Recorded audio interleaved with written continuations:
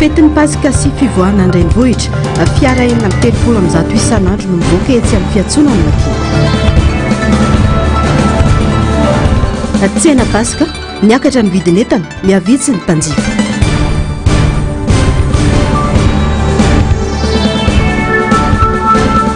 Madagasikara sy ny Malagasy manan-karena fa ny fitantanana no olana. Manatitra ny fiarabana tompoko lasy sy tompoko vavy tonga soa indray atao anatin'ny fotoanan'ny fampahalalam-baovao eto amin'ny fahitalavitra MBS manasanao ampanajana izay anaraka ny fampahalalam-baovao hatramin'ny farany. Vaovao avy etsy laniera avy hatrany no isantarantsika ny fampahalalam-baovao.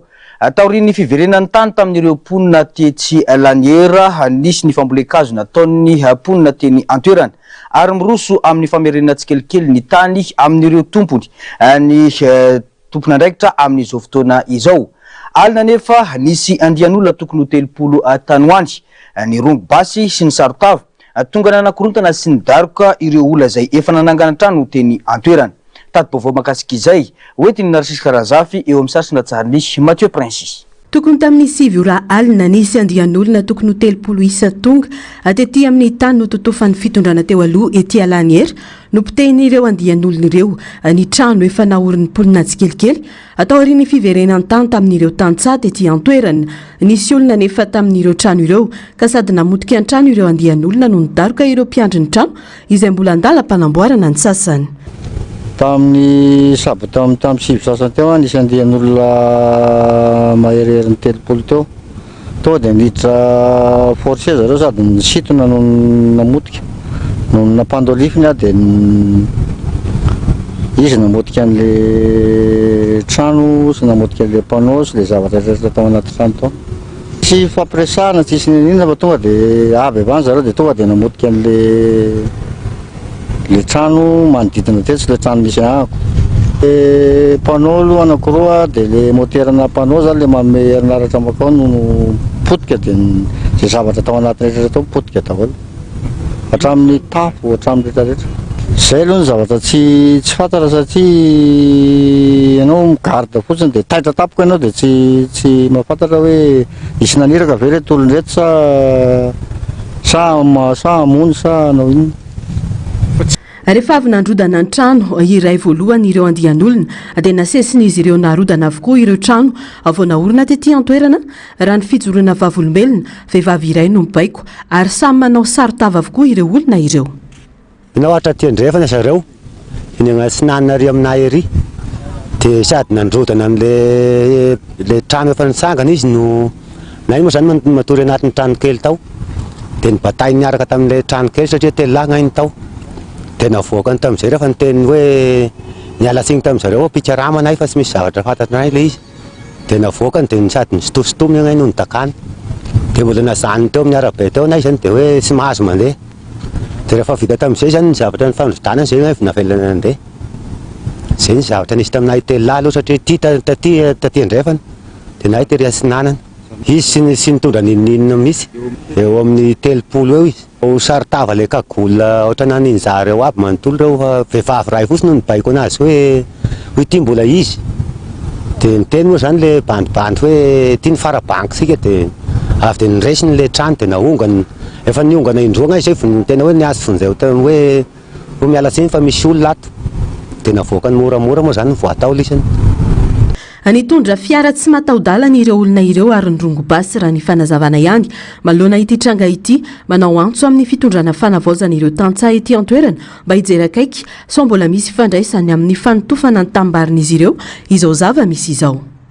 Sanjola zany aminay ary tena acte de banditisme mihitsy satria raha filazana reto bokely reto le mpiambony ireo dia hoe nambanana basy mihitsy zala kagolona telopolo gros bras be avy any vily anao tena 4-4 mihitsy zany tonga taty alina dia tsy haiko moa zay anton'izay zavatra hoe fa dia mahavariana mihitsy ny ataon-drala amin'izany ka manaiky ny fitondram-panjakana mahefa zany zay mba hijery akaiky amin'ny fipetraka le toerany dia indrindrindrindra fa le eo amin'ny ty tany ty satria mijaly re tatsasy reo vahoaka tompon-tany reo raha mbola zao foana nahazo azy zany mandritry ny fotoana ipetrahany ety ka raha ny tena marina tokony isy tompony raikitra mo mihitsy mba mijery anay akaiky amban'ity toerany ity fa misy tsy maty voalava kibo zany raha fahazahoanay azy ty toerany ity. Miantso ny ministra ny fanajariana ny tany ihany koa ireo tomponina ity antoerana mba hijery akaiky ny raharaha efa anjara tsikelikely ny tany nototofana moa ireo tantsaha satria tsy afaka ambolena intsony ny tany. Anyherin'izy ireo mitady asa fivelomana hafa atao amin'ny tany voatototra manodidina ny 4 aly ireo tantsaha tompony tany sy manana anjara tany eto Laniera dia izao iarany Ramatahory izao indray. Fa vaovao makasika ny fankalazana ny fetin'ny Pasika kosa indray, fety lehibe aorian'ny Noely ny Pasika ho an'ireo mpino kristianina amin'ny ankapobeny. Nahitana fiakarana ny vidin'ny ankamaroan'ireo entana eny an-tsena. Somebiseby ny olona eny an-tsena saingy hatramin'ny androany dia vitsy ireo miantsena sakafo atao amin'ny fetin'ny Pasika ho ireo mpivarotra nanaovana fanadihadiana. Nasisikara-zavy sy Mathieu Prince Atrany. Nahitana fiakarany ny vidin'ny atody amin'izao fetin'ny Pasika izao ireo mpivarotra atody manomboka amin'ny 500 ariary ny atody kelikely raha 700 ariary kosa ireo somary vaventy raha ny fanazavana ihany. Idina kosa nefa ny vidin'ny atody rehefa vita ny fetin'ny Pasika hoy ny fanazavana.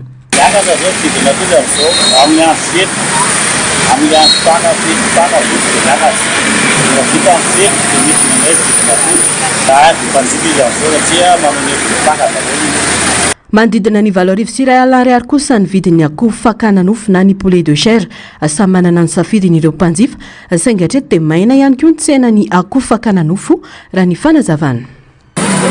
Mamutana zao ny valarivo Israel miakatra mihitsy io ny varotra rural antoka ny bio ny olona samy manana safidiny mihinana poulet mihinana gasy raha amindany mialoha teto. Tsy dia betsaka ireo mpanjifa mividy vorona hoy ireo mpivarotra ny fa efa mividy isa-tokantrano mihitsy no tsy ampy anka miteraka faty antoka ho an'ireo mpivarotra izany. Amborona ho azy ohatsy dia miakatra fotsiny fa tena amin'le tsena tsy misy miraty le tsena ny vorona ganagana sao ny vorony ihany na ozy nareo ganagana zao 3 alina 7 arivo sy 2 alina zay zao ganagana dia mivorotsoloza ny lahabe zao 600 dia mivavy eo amin'ny 300 eo zao reny 350. Tsy mitsaha miakatra ny vidin'ny vorona kanefa vitsy ireo mpanjifa ho ihany ny fitarainana. Fety aho mitsangatsangana miaraka amin'ny fianakaviana dia misakafo dia manao fetifety falifaly na dia baka mandeha mijery fety baka ao mitsangatsangana miaraka amin'ny fianakaviana sativy fianakaviana moa zany fitsangatsangana zany anay no mibaka. Amin'ny ankapobeny tsy nanomana vola manokana ankalazana ny fetin'ny Pasika ny olona ao ireo mivavaka maraina ny Paka ary zava-dehibe ny fiarahana amin'ny fianakaviana ny tolakandro.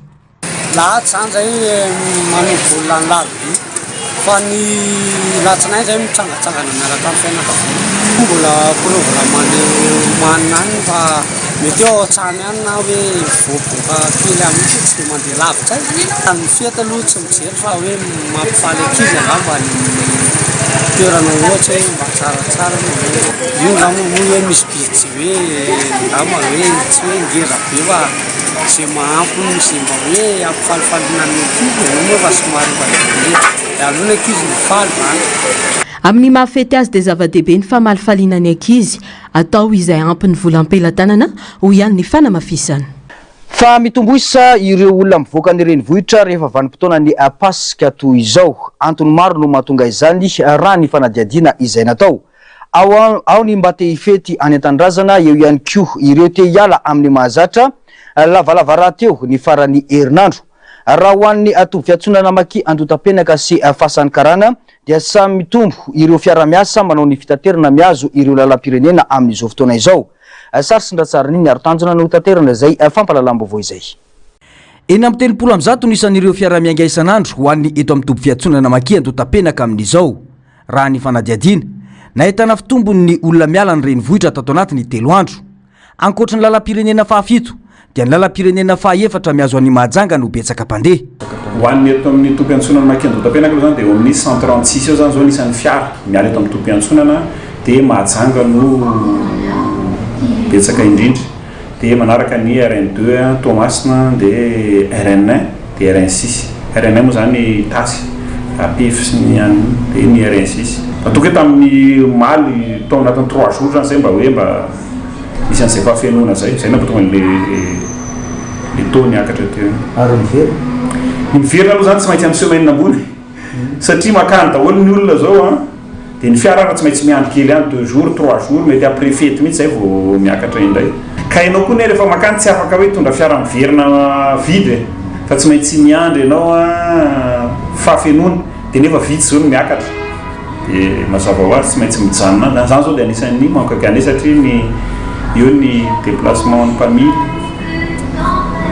raha ny fanazavana dia nisedra olana ny sehitry ny fitaterana nasionaly nandritra ny 3 volana voalohany tamin'ity taona ity niteraka fahatiantoka ny zavanisy any ka tsy maintsy nirosona ny fanampiana avy amin'ny kitapom-bola hafa mba tsy sy nilavaka ho an'ireo mpitatitra ataoko hoe raha tamin'ity 3 volana voalohany ity dia anisan'ny tao anatin'ny taona vitsivitsy aloha zany zay tsy mbola nahitako ataoko hoe fahasarotana teo amin'ny asa mpitaterana ohatrany tamin'ity 3 volana voalohany ity ina le fahasarotana tiako tenenina somary midina ambany be ny atao hoe ny raha ny azo ilazana azy dia hoe ny isan'ny mpandeha na makany amin'ny faritra na makaty andrenivohitra tao anatin'izay hoe tsy haiko janoary febroary vokatry ny cyclone ve sa vokatry n'inona fa tena nampitaraina an'ireo atao hoe mpiatseritra amin'ny asa mpitaterana hoe tena tsy mbola nisy fotoana zany famafisana ohatrany tamin'ny 3 volana voalohany ny zavatra natao aloha zany zao dia ohatrany hoe karazana nisy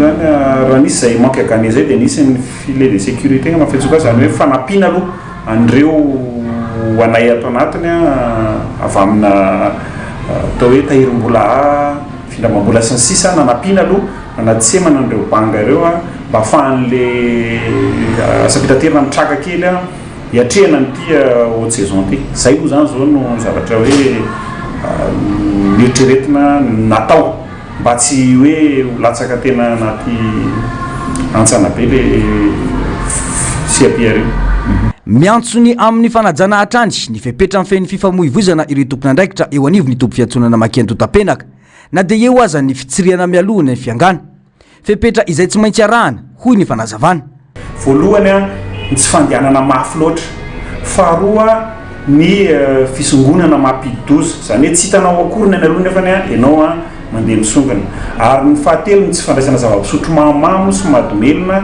amin'izay fotoana amin'ny lina fahaefatra tia ny tena zava-doza fanehoana tanjaka na fiara eny amin'ny lalana fivezivezen'ny daobe indrindra ireo fiara tsotra na eo koa ireo taxi brosy indrindra koa ireo fiara vaventy azadiny fa tsy fanehoana tanjaka na fiara eny amin'ny lalam-pirenena zay fandehanantsika efa misy toerana fanehoana an'izany eny ameritsy atosika na eny Arivomamo ny olona mantsy dia mieritreritra hoe favoria dia te ho hitan'ny olona hoe mahay rehefa eny ameritsy atosika na eny Arivomamo dia mahazo loka ianao rehefa tena mahay fa rehefa eny amin'ny fivezivezen'ny daholo be dia fitondran-tena mendrika ampilaminana ampanajana amin'ny fifanampiana no atao eny amin'ny lalam-pirenena eny ny zavatra mampalahelo mantsy dia zao raha olona andeha hamonjy fialan-tsasatra hamonjy fianakaviana hamonjy asa noho ny tsy fidy noho ny indraindray mety adalan'ny mpamily na adalany na setrasetrana olona anankiray dia mitera-doza ho an'ny hafa dia mampalahelo zany zavatra any satria azadiny fa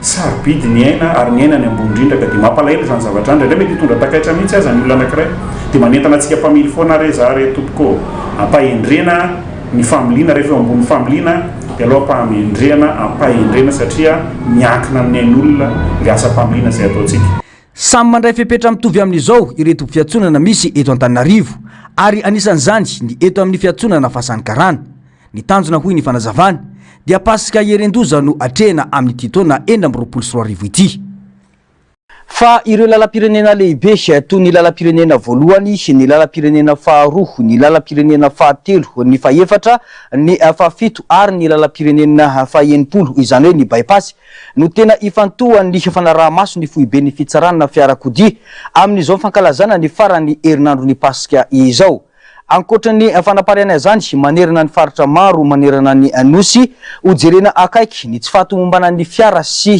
ny tsy fahafenoan'ny taratasy ara-dalàna na ho an'ny fiara manokana, ireo mpitatitra olona, ireo mpitatitra entana, indrindra ireo kodiaran-droa izay isany maro ihany koa mahatonga ny loza eto amintsika raha ny fanazavana.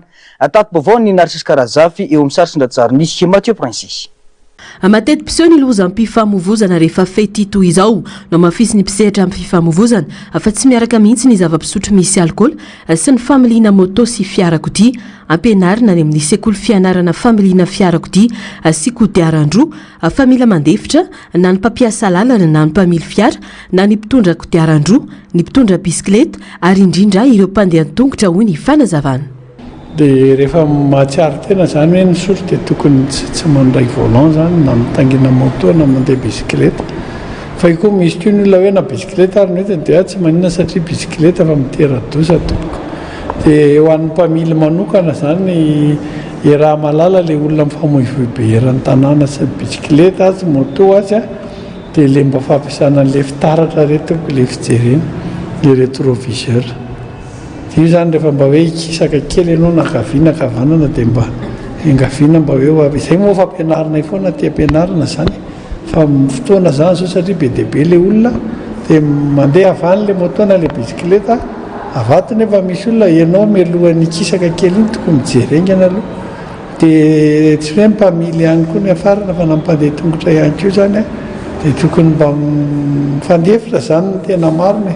Maloana tsy fivezivezen'ny olona sy ny fiara izay mitombo be amin'ny fetin'ny pasika toy izao dia manentana ny mpampiasa lalana rehetra ny fohy be fitsarana fiarakodia mba hanaja ny fitsipika sy ny fepetrara teknika tanjona amin'izany ny isoroana ny loza ampifamovozana ary ampianana araka izay azo atao ny tranga mety iseho mandritra ity vanim-potoana be fivezivezena ity. Io zany ahetsika mandritra ny 10 andro izay anamafisana ireo ezaka izay efa natao amin'ny fampanarahan-dalàna ny fifamovozana an-dalambe isoroana mialoha ny tranga loza ampifamovozana izay mety iseho amin'ity paka 20 sy 20 ty. Tafiditra indrindra amin'ny lohahevitra ny santaran'ny DGCR izy io izay enti miasa amin'ity taona ity dia ny hoe DGCR mitaiza miady amin'ny loza ampifamovizana. Noho izany dia mizara roa lehibe ny votoatin'ny hetsika. Ny voalohany mafisina ny fanaraha-maso ny fahavitan'ny réception technique na ny fandraisana ara-teknika, ny fitsirana ara-teknika na ny visite technique ary ny constatation avant dédouanement. Amafisina ihany koa ny fitsirena tampoka eny an-dalambe na ny contrôle inopine ho an'ny fiara rehetra na ny moto io na ny tricycle zany io. Nanomboka ny 7 Martsa ka hatramin'ny 7 Aprily 2024 dia natanteraka hetsika manokana miaraka amin'ireo mpitandro ny filaminana toy ny zandary sy ny polisy ny fohy be fitsarana fiarakodia tafiditra ao anatin'izany ny fanamafisana ny fanaraha-maso eny an-dalambe sy ny fitsirihana tapoka ara-teknika. Fampatsahivana angambany no tiako tsindrina manokana. Voalohany indrindra ho antsika izay mijanonjanona eny amin'ireny sisina arabe rehetra ireny na io le miala sasatra kely na mijanona mihitsy. Fidio tsara re tompoko mifaritra malalaka mba tsy hisy loza satria ny toerana sahala amin'ireny tsy voafehintsika na dia ny olon-dehibe izay voyageurantsika fotsiny mety hidiran-doza satria ny resaka fihetsika variana zany dia mahafantatra tsara an'izay tsika rehetra. Ankoatran'izay mafisiko manokana ho an'ireo mpitondra kodiaran-droa tsy fanaovana korsa ny arabe famonotena izany. Faharoan'izay oka ary ajanony tanteraka ny alcool sy ny zava-mahadomelina rehefa ikasika sy amily an'io kodiaran-droa io ianao. Ny fiarakodia koa moa zany etsakilany ihany koa. Mbola nisokatra moa androany ny fohy be fitsarana fiarakodia manerana ny nosy ho fanamorana ny asa ho an'ny tompona fiara manentana ny rehetra ny DGSR mba ho tompona andraikitra amin'ny fitondrana fiara sy hanaja ny lalàna amin'ny feno fifamovozana satria andraikitra ny tsirairay ny fiarovana eny an-dalana. Vovô makasika ny toekarena kosa indray isan'ireo firenena manan-karena indrindra amin'ny arena voajanahary eto an-tany I Madagasikara. Manomboka amin'ny arena kibon-tany toy ny volamena, ny safira, ny nikela sy ny cobalt hatramin'ny arena an-dranomasina sy ny ala tsy manam-paharoa. Azo heverina ho tahiry stratégique ho an'ny fampandrosoana ireo loharano-karena ireo raha ny fanazavana. Na eo aza nefa ireo arena tsy manam-paharoa ireo dia tsy voafehy sy marefo ny fitantanana azy ireo ka mahatonga antsika ho farahidina hoy ny mpandinika ara-toekarena Serge Zafimaova eo amin'ny rindran-tsariny ny aro-tanjona. Ohatra kaiky amin'ny zavamisy ary miariary ny olana amin'ny fitrandrahana arena kibon-tany. Miparitaka manerana ny faritra maro ny fitrandrahana tsy ara-dalàna, indrindra ny volamena sy ny safira. Tsy voarakitra ara-dalàna ny ankamaroany vokatra mivoaka ka very andalana ny vola tokony hiditra amin'ny kitapo-mbolam-panjakana. Etsy ankilany maro ireo ny fifanarahana amin'ireo orinasa vahiny no tsy mangarahara ka mampametra-panontaniana ny tena tombony azon'ny firenena hoy Zafimaova Serge. Raha ny fitantanana ireo arena voajanahary ireo dia hijanona ahatrahatrany I Madagasikara ka mitaky politika mazava sy mafonjy izany fa tsy resaka ambony latabatra fotsiny hoy ny fanamafisana. 13 kilo volamena officiellement exporté-tsika tamin'ny taona 2024 any amin'ny 12 à 13 tonnes nefa volamena mivoaka voafehatsika ve zany. Raha mbola mitoy ny gaboraraka sy ny tsy fampiny mangarahara amin'ny fitantanana ny arena voajanahary dia hijanona ho firenena manan-karena amin'ireo arena ananany kanefa ahantratrany ny vahoaka malagasy Madagasikara. Fotoana izao tsy hijerena fotsiny intsony fa andrasana andraikitra entitra satria ny arena very anio dia ho avy ny firenena very rampitso ho hiatrany ny fanazavana. Tontolon'ny fitsarana manodidina ny 4.7 tapitrisa dolara hatreto no vola tafaverina tamin'ireo arena azo tamin'ny tsy ara-drariny taorian'ny fampanantenana nataon'ny ministry ny fitsarana. Tombana ny fanjakana manodidina ny 10 miliara dolara any ny vola azo tamin'ny fomba tsy ara-dalàna miparitaka any ivelany raha ny fanazavana atrany. Amin'izao fotoana mitohy tsikelikely ny ezaka famerenana ireo vola malagasy any ivelany ireo ary miankina betsaka amin'ny didim-pitsarana avoaka ny fitsarana malagasy ny fahafahana mamerina ireo vola azo tamin'ny tsy ara-dalàna ireo hoy hatrany ny fanazavan'ny ministry ny fitsarana. Tato bavao ny Narcisse Karazafy, sary sy ndatsarany Mathieu Princy. Mandeha tsikelikely ny famerenan'ireo vola malagasy nafindra sy nafenina any ivelany vokatry ny fanodiko-dinam-bola sy ny kolikoly araky ny fanazavana nomeny ny ministry ny fitsarana. Mitombo ny isan'ireo dossier voaray sidiniana amin'izao fotoan'izao noho ny fitombon'ny porofo voangona mikasika ireo bien malaky nafindra toerana any ivelany. Ireo dingana rehetra ireo anefa dia miankina betsaka amin'ny didim-pitsarana avoakan'ny fitsarana malagasy no azona mamerina amin'ny fanjakan'ireo vola azo tamin'ny fomba tsy ara-drarin'ireo. Ny famerenana ny vola tsika izay mandehandeha any dia mandeha tsikelikely araky ny fitsarana izay mandeha ihany koa eto an-toerana sy any ivelany. Ny abetsahan'izany vola zany dia mitombo hatrany hatrany arakaraky ny fandrosoan'ny dossier satria isika rehetra raha dia miara-mahita fa mitombo ihany koa ny porofo izay azonay. Ny fandehanan'ny fitsarana fotsiny no miakina amin'ny didim-pitsarana izay avoakantsika ary miakina amin'izay ihany koa ny famerenana an'izay vola izay sy ny montant an'izany vola averina izany. Hatreto vola mitentina 4.7 tapitrisa dolara na 5.20 miliara ariary no tafaverina amin'ny kitapo-mbola mpanjakana avokatry ny ezaka ny arahan-tsapan-draharaha maro miasa ao anatin'ny task force manokana miandraikitra ny raharaha ary isan'izany aray ho ihany ny fanazavana. Ny eto aloha ny efa tafaverina dia 4,700,000 dolara izay mitentina eo amin'ny 25 miliary d'ariary eo. Anatin'ny task force ny RAI ary mandrindra n'izany task force zany ny ministera fitsarana. Nambaran'ny ministry ny fitsarana fanerisoerina famitoany fanadiadiana sy ny fikarohana ary antenaina hitombo hatrany ireo vola ho tafaverina ho fanarenana ny fahavoazana nateraky ny kolikoly sy ny tsy fanarahan-dalàna nisy teto amin'ny firenena. Tombana nany amin'ny 10 miliara dolara any moa ny vola azo tamin'ny fomba tsy ara-drariny miparitaka any ivelany. Tontolon'ny politika satrotra ny toe-draharaha lalovan'i Madagasikara ankehitriny mitaky fanavozana ny sehatra rehetra hoy ny mpanaraka ny raharam-pirenena tsy vitany fanovana rafitra ivelany fotsiny izany fa miainga amin'ny fanovana toe-tsaina sy ny fomba fiasa. Tsy misy afa-tsy ny fampidiniana amin'ireo samihery velona eto amin'ny firenena ihany no vahaolana irosona amin'izany fanavozana izany hoy ny antoko kintany Madagasikara androany. Rindra tsariny ny aro-tanjona. Mitaky fanavozana lalina amin'ny sehatra rehetra i Madagasikara amin'izao fotoana izao, tsy maintsy miainga amin'ny fanovana toe-tsaina nefa izany satria manjaka ny toe-tsaina voizin'ny fahantrana, manampitrotraka ny fisiany kolikoly izay manakana ny fandrosoana amin'ny lafiny maro. Ilaina ny fanavozana ara-toe-karena, ara-politika ary ara-sosialy. Ireo sehatra ireo no fototra ahafahan'ny firenena miroso amin'ny lalana mahomby kokoa. Tsy mahagaga arak'izany raha sahirana ny fitondrana amin'izao fotoana izao satria mitaky fanavozana ny rafitra iray manontolo. Etsy ankilany, tsy mazava ny tondrozotra hitondrana izany fanavozana izany. Araky ny nambarany antoko kintany Madagasikara, dia io tsy fisiany drafitra mazava io no isan'ny olana lehibe manakana ny fandrosoana amin'ny fanavozana. De le olana koa sy mbola misy tondrozotra ho fanavozana.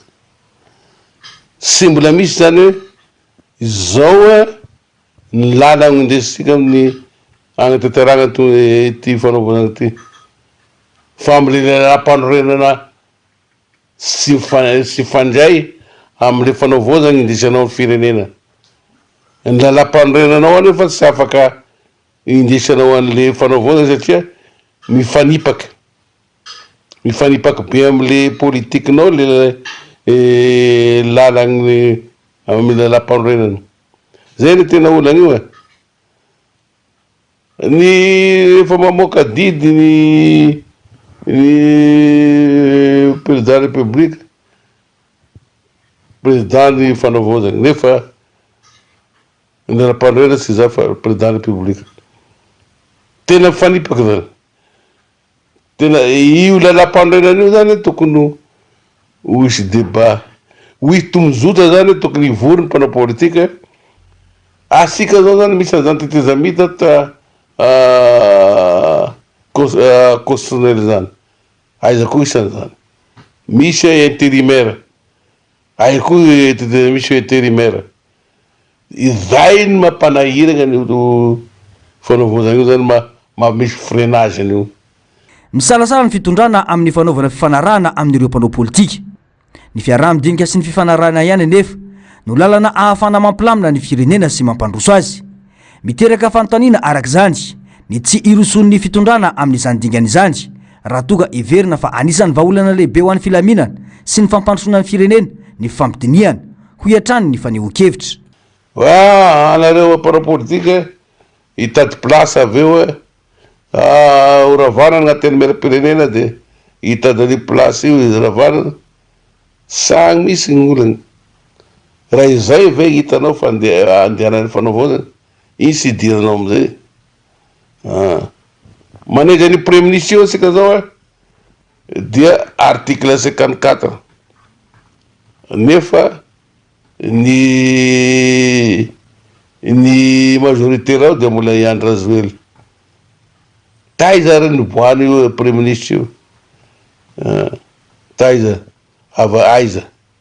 Zany daholo de olana. Naneza ny gouvernement io.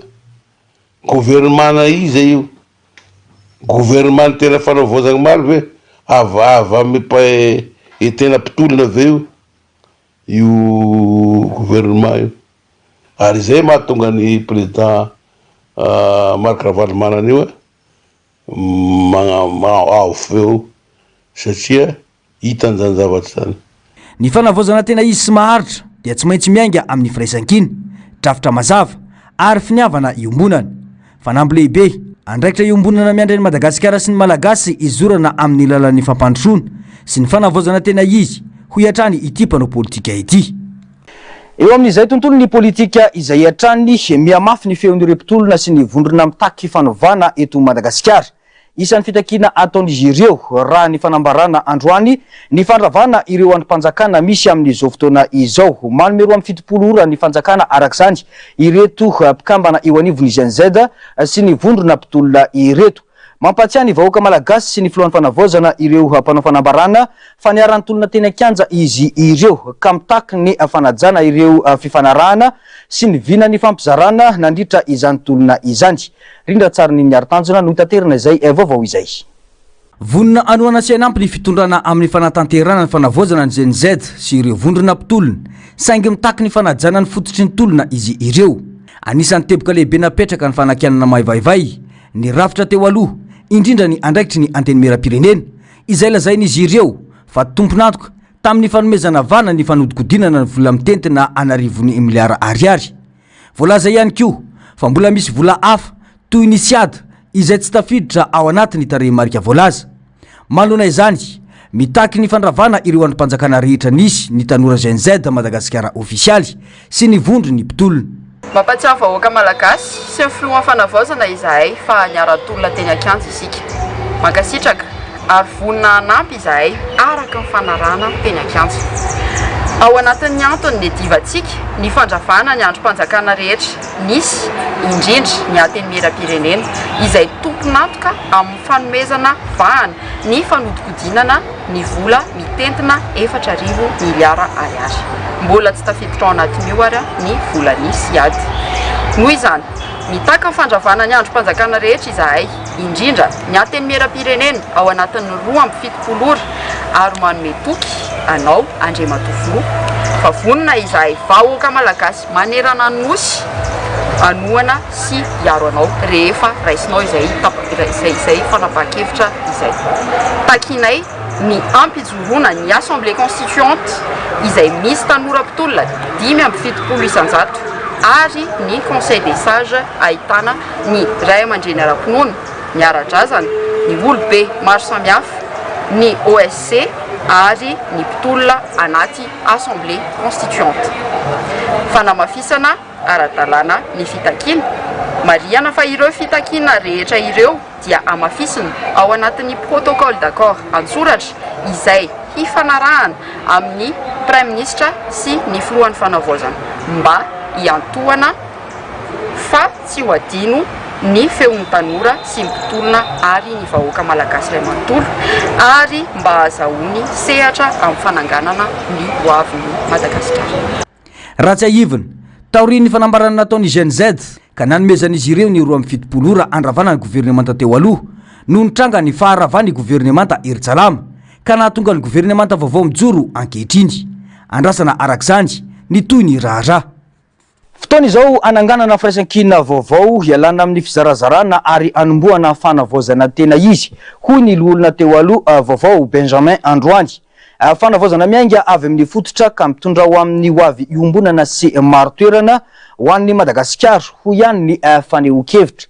Mitaky fanabeazana ho an'ny olo-pirenena ny zava-misy iainan'ny firenentsika ankehitriny ary maika ny tokony anatanterana izany raha ny fanazavana atrany. Rindra tsara ny niara-tanjona.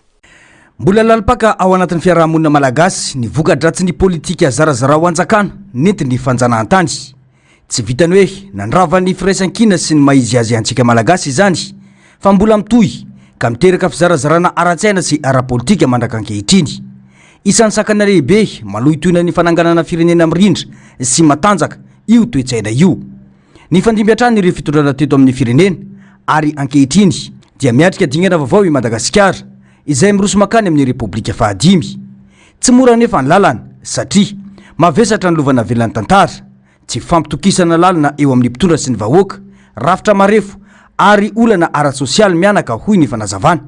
Ny ekipan'ny président Tsiranana Philibert ohatrany moramora tamindreo ny fe ny fitantanana ny firenena sy ny fampihavanana ny malagasy zay tsy mbola nisy fitondranana alaina tahaka toy izao amin'ny vanim-potoana misy antsika zao efa fitondrana 10,7 teo aloha tokony alaina tahaka nefa ohatrany mihasarotra indray ny fitondranany firenena satria tsy mbola voalemy tanteraka le kolotsaina hoe zarazaro anjakana io ka io nahatonga anay taloha tamin'ny andron'ny président Tsiranana nisy zany éducation civique, éducation citoyenne, tehizainana hatrany amin'ny mpianatra.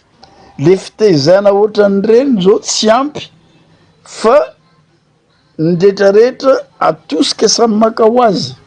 Lalina ny aretina mahazo ny firenentsika noho ny zava-misy ara-sosialy ka mahatonga ny tsy fampitokisana eo amin'ny mpitondra sy ny entina. Ny tsy fampitokisana no fototry ny krizy maro, manakana ny fiaraha-miasa, mampitombo ny elanelana ary manimba ny fahombiazan'ny politika izay ampiarina raha ny fanamafisana. Azadino fa ny malagasy tena mora afetsena andaingana mora ampiadivina amin'izao fotoana zao satria tsy mipetraka tsony le fampitokisana ka io mila tadiavin'ny mpitondra zay tonga eo vahaolana malaky raha tiatsika hipetraka le kolotsaina atsika hatram'izay hoe ny malagasy de iray ihany, ny malagasy 80 nefa malagasy ray ihany ka mila verina malaky eo ny fitondram-panjakana aorina koa le fitehizana le tanora vao misondrotra indrindrandrindra satria tantara diso doly napetraka izokonareo ho anareo tantara diso any ka ino no miraikitra andohatsika tsirairay avy tsy atoko mihitsy ianao hoe anao inona ndray izy raha tonga eo fitondrana io ve tena ho azo antoko mbola vao mipetraka izy defa mipetraka le aya. Tsy ampintsony ny fanamboarana ivelany ny rafim-pirenena, ilaina ny mandinika lalina ny rafitra sy ny toetsaina mifehy ny fiarahamonina. Izany indrindra no iantsona ny isiny fikoanandro nasionaly sehatra iray ahafahany erivelona rehetra mandray anjara amin'ny famolavolana vahaolana iombonana sy maharitra ho iatrany ny fanazavana. Fa niteraka resabe teo amin'ny sehatra nasionaly sy iraisam-pirenena ny fanapahan-kevitra noraisy ny filohan'ny Burkina Faso Ibrahim Traoré mikasika ny famerana hatramin'ny fanafoanana ny isan'ireo antoko politika any antoerana. Fanapahan-kevitra nolazaina fa ilaina amin'ny fanarenana ny firenena kanefa tsy afabela amin'ny tsikera mafy amin'ny ampanarabavao indrindra ireo mpiaro ny demokrasia any antoerana. Manomboka tonga eto Madagasikara ity fomba fijery ity ary efa misy ny vovonana mivoy io fomba fijery io ankehitriny rindra tsariny niaro tanjona. Ao anatin'ny krizy ara-piarovana laly ny Burkina Faso ankehitriny miatrika tsy filaminana toy ny fanafian'ireo vondrona amin'ny tampiadiny sy ny tsy fandriam-pahalemana mitoy. Araka ny fanazavany manam-pahefana any antoerana dia ny tsy fandriam-pahalemana no manosika ny fanjakana Burkinabe andray fepetra entitra toy ny fampiatona ny etsika politika sy ny fandravana ny antoko politika. Tanjona ny ampifantoka ny hery sy ny loharan-karena amin'ny ady amin'ny tsy fandriam-pahalemana ary isoroana ny fifanolanana mety ateraka ny fifaninanana politika. Taoriany dia ny filohan'ny fanavoazana tany Guinée Équatoriale dia nipotra teto Madagasikara koa ny resaka fampianana ny antoko politika.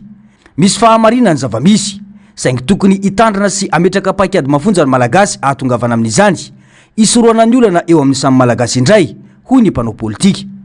7 atoko zany manahirana zany ary tsy mety zany fa ny fanovanan'io aza raisina hoe hanao lalàna na hanao an'izao dia hoe ampidina telo na efatra ny atoko tsy zay gny le fahaiza manao hoe zay le traikefa misy fomba atao ahafahasika mametraka le atoko telo na efatra ohatra ny faritany mandroso rehetra reny azo atao zany fa misy teknika misy fomba anaovana azy misy programa anisan'ny zavatra mila ovana ary aorina fotony ihany koa ny atoko politika sala mianaronsika ny firenena zavatra maro ny mila ovana sy aorina fotony eto amin'ny tanàna ny atoko politika voalohany indrindra ny système éducatif ny système de santé ny rafitra économique reny sy misy aorina atany fotony daholo ny fampianarana ny fahasalamana ny fiarena ara-économique ny fiarahamonina indrindra ny atoko politika fa misy fomba anaovana zany eo le ilana lazaiko teo hoe méthode tsy satra vany eto raha sy manana méthodologie mazava tsara sika fa tsy hoe sika masy efa miteny ho fanana ny atoko fa be loatra zao université vahaolana sahady zay tsy zay misy fomba hiatrehasika ny fanamboarana ny firenena fanamboarana ny rafitra ao anatin'ny firenena fanamboarana ny fanovana antoasaina misy teknika reny misy méthode reny ary zay ny lanareo anay fa manatraikefa anampy anareo amin'izay lalana zay. Raha ny fantatra dia efa misy vovonana mivoy ity fomba fijery ity eto amintsika amin'izao fotoana izao. Andrasana arak'izany ny toyny.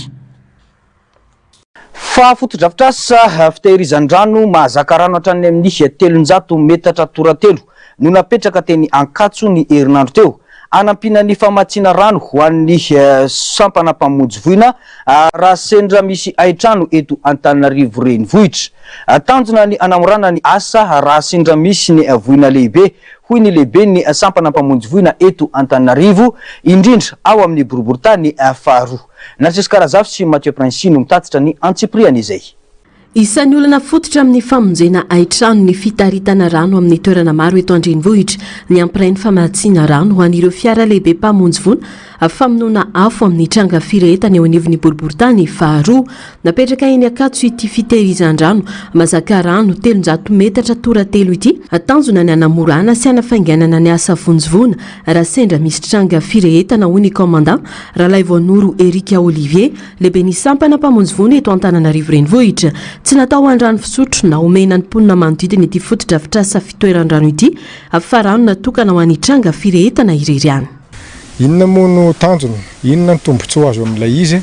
Ny tanjona sy ny tombotsoa azo amin'ilay izy dia isy rano io cuve io. Cuve izay mirefy 300 metatra toratelo. Ngeza be zany makadiry. Ka rehefa misy ny firehetana ety amin'ny faritra ny université, ety amin'ny faritra ny 2e arrondissement, eny amin'ny cité-ny mpianatra, Ankatso 1, Ankatso 2, Ambohipo, Ambolokandra, Pasapito, Andraisoro, Tsiada, Bandy, Mandroseza, Ambohimiandra, Ambojatovo mbola takatra ity cuve ity daholo satria eto zany ny maka rano ny pompier. Izany hoe rehefa lany rano izay amonoana ny afo dia tsy hanano sarotra intsony ny famatsiana rano andraoka amin'ny pompier eo fa misy an'ity cuve ity natao hoe in telopolo miverina eto ary zany ny pompier amina firehetana anankiray dia tsy maninona satria tsy ho laninao mihitsy zany 300 metatra toratelo izany. Izay ny mazava-dehibe an'io. Notokanana tamin'ny fomba ofisialy ny 1 Martsa teo ity fotodrafitrasa fitoeran-drano lehibe ho an'ny vondrona mpamonjy voina ity tety amin'ny anjerimanontolo Ankatso. Dia izay ihany koa no manakatona ny fotoanan'ny fampahalalam-baovao teto amin'ny fahitalavitra MBS mankasitraka anao nanaraka izany hatramin'ny farany. Ny fampahalalam-baovao no mifarana fantenako mbola iaraka aminao eo rehefa avy eo ao anatin'ny fandarana manokana. Mandrapitafa vetivety ary tompoko lasy tompoko vavy.